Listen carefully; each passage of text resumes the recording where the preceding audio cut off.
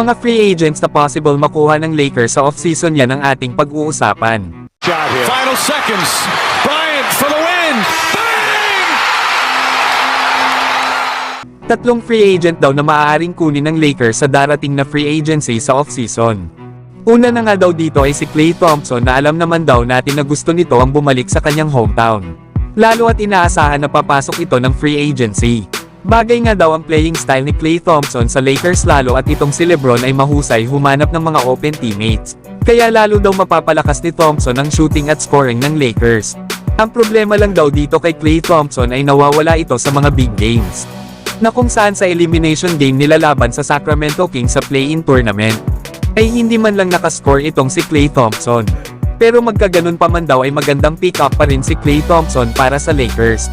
Kailangan din kasi ng kanilang kupunan ng isang scorer na player. Lalo at malaking bagay din daw ang championship experience nito at makakatulong ito sa mga young players ng Lakers. Ang sunod naman mga idol ay itong si Jonas Valanciunas. Alam naman natin na ang isa sa biggest problem ng Lakers ay ang kawalan nila ng solid na big man bukod kay Anthony Davis. Bagamat meron naman daw silang mga big man na sila Jackson Hayes at Christian Wood, ay hindi pa rin daw sapat ang mga ito para makasabay sa mga ibang elite big man sa NBA. Kaya naman kung makukuha daw ng Lakers itong si Jonas Valanciunas ay lalo pa daw lalakas ang frontcourt ng Lakers.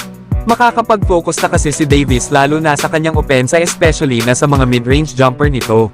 Hindi naman daw ganun kakilala bilang isang mahusay na defender itong si Jonas Valanciunas. Pero yung kanyang presence sa paint ay ito ang kailangan ng Lakers. Na kung saan ay nag-a-average ito sa regular season ng 8 rebounds per game.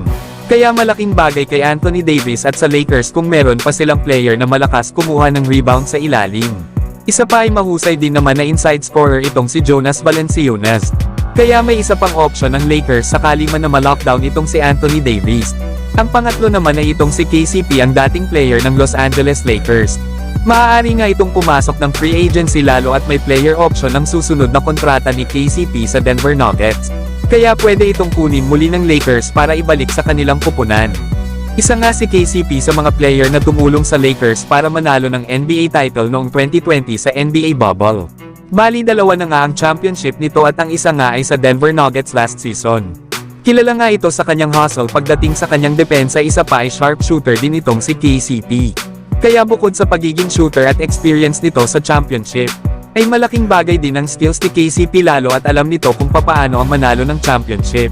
Kaya ito yung tatlong free agents na inaasahan ng Lakers na possible nilang kunin pagdating ng free agency. Ang mga players na kayang mapunan ang kanilang kahinaan. Pero kayo mga idol, sino sa tatlong players ang magandang makuha ng Lakers?